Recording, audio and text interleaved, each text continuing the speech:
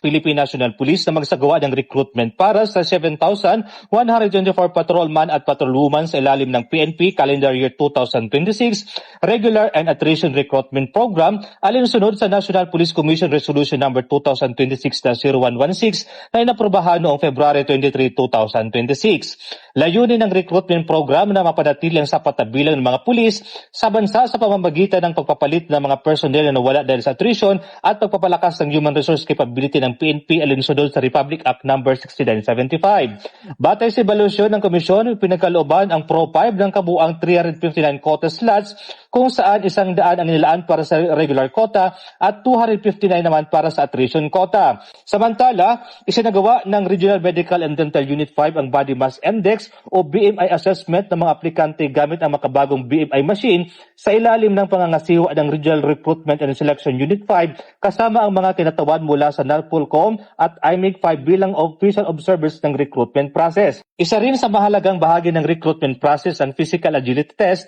na sumusukat sa endurance, lakas, bilis at pangkalatang physical fitness ng mga aplikante. Sa nasabing pagsusulit, ginamit ang Gopher counting tool para sa push-up at sit-ups event habang RFID equipment naman ang ginamit sa 3 kilometeran upang matiyak ang mas mabilis at mas accurate na resulta. Sa sinagawang neural examination para sa patrolman at patrolwoman applicants sa Legazpi Convention Center, Barangay Cruzada, Legazpi City, nagsilbing observers ang NAPOLCOM Regional Office 5 sa pangunguna ni Acting Regional Director Lailani P. Vizina na kinatawanan ni Atty. Magdalena Borbe Malyari kasama ang iba pang key official. Ipinaliwanag ni Atty. Borbe Malyari ang mahalagang papel ng NAPOLCOM sa recruitment process at ang pagkakaiba ng regular quota at attrition quota. Ang role ng NAPOLCOM sa recruitment ng PNP is that we play as a supervisory and oversight functions. The NAPOLCOM ensures that the recruitment process is fairly, transparently, and ensure na na-observe yung rules and regulations set. So sa regular quota, it refers to the new positions created. Bale, yearly naman merong regular quota or regular budget na nakalaan dyan for regular recruitment. Whereas yung attrition quota naman, ito po yung slot reserved to those yung mga namatay, na-dismiss, disabled na mga PNP personnel natin, nag-resign. Yan po ang i-fill up ng sa attrition quota.